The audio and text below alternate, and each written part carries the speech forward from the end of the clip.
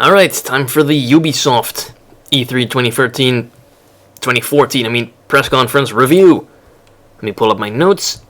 They started out with a mysterious game that at first I wasn't really sure what the hell it was, but then I realized, hey, it's Far Cry 4. And it looked pretty damn good. I haven't played Far Cry 3 myself, but based on hearsay, I believe it was a pretty amazing game, so I'm sure Far Cry 4 is gonna kick ass. And then it happened. If anyone has seen Ubisoft's press conferences of the past couple years, will probably know that sassy black woman that was hosting them, like in previous years. She was back for this year. Hooray, probably the best E3 host ever. Also a good thing, that jackass Tobuscus was nowhere to be found this year. Hooray! And, they follow up Far Cry 4 with Just Dance 2015. Ugh, so cringeworthy. At least they were kind of getting the crap out of the way early, I suppose. Honestly, I can't ever imagine anyone playing Just Dance with multiple people. That just seems like one of those games that you play by yourself in a room without windows so that no one sees you playing Just Dance. I mean, hell, that's on a whole nother level, even worse than freaking Guitar Hero.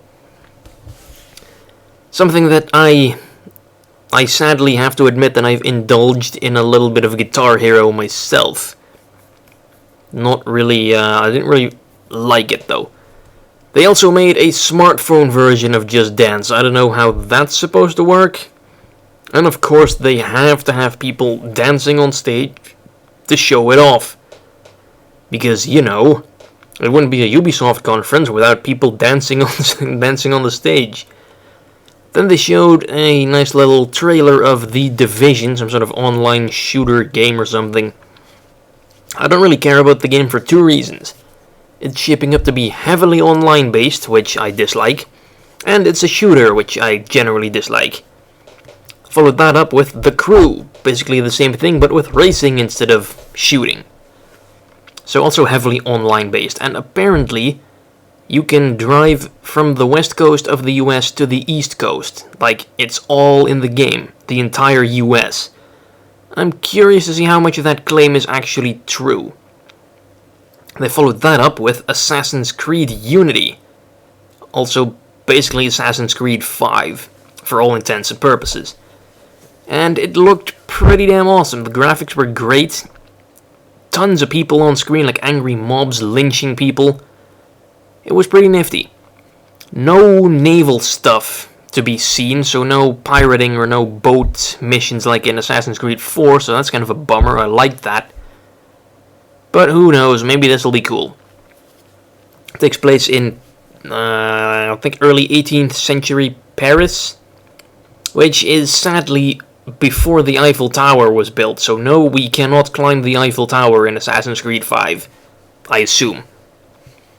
And they definitely look like they smoothed out the platforming a lot, which I like, because it was kind of clunky in previous games. Let's see. Oh yeah, they weren't completely done with the crap yet. There was also a fitness game for Xbox One, so you see, Xbox One got at least one exclusive out of this. It's some sort of fitness game with some sort of mini games, and the one they showed off was like fitness meets Guitar Hero.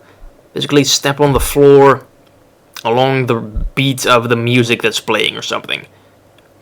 Definitely had a catchy Eye of the Tiger remix playing in the background though, I like that. Let's see, they pretty much finished it off with the CEO of Ubisoft, and usually whenever he shows up, a big, huge game is about to be announced. I think that's kind of what they did with Watch Dogs a few years ago out of nowhere, and everyone was like blown away. And then it turned out to be nothing special. Anyway, it was a new Rainbow Six game, which was a franchise that I don't really know much of. I think it's some sort of like stealth shooter-ish thing, like tactical shooter or whatever.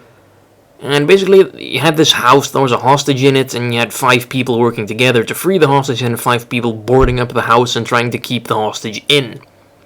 And it looked pretty good. All the walls got like bullet holes in them, and you could just shoot through a wall after shooting at it enough. It looked pretty cool. I would probably love it a lot more, though, if it wasn't shaping up to be heavily online based. I don't know what it is with games these days, but they all seem to be heavily online based, and I don't like that. I just want to sit here, play by myself, without other people who are going to ruin the experience for me. Am I the only one who feels that way, or are there other people who follow that train of thought? But yeah, that was pretty much the end of the Ubisoft conference, and they didn't really show anything overly fancy, I'd say. The new Rainbow Six game was really the only big surprise they had. But, still, Assassin's Creed was great, Far Cry was great. What else? The crew and the Division, I suppose, are pretty promising if you're into online games. But it feels like they didn't really show all that much stuff. They just spent a lot of time on like the fitness game and Dance Central, and all the trailers they showed for like Assassin's Creed and the Division were also pretty damn long. So they didn't really show an awful lot of games. So far I would definitely rank Ubisoft above Microsoft. I'm not really sure where they stand in contrast to EA, though. I would say they're about the same. Now, Sony is about to start in about an hour from now. I hope they're gonna show some amazing stuff. I'm definitely hoping for Uncharted 4 gameplay, some Infamous Second Son additional content, because Lord knows the game needs it. More powers, please.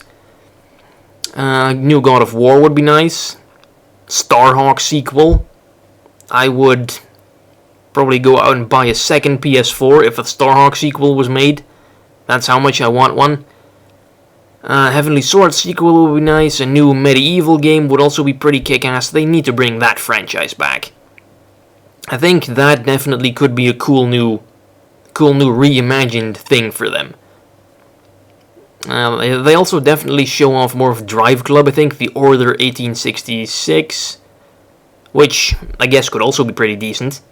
It's made by the people behind the PSP God of War games, which were pretty solid. I'd say Ghost of Sparta is probably the best one after 2 and 3. Better than 1, Chains of Olympus and Ascension, at least. Anyway, be back in about 2 hours, maybe 3, with the Sony review, and then tomorrow Nintendo to top it all off. Thanks for watching, bye bye.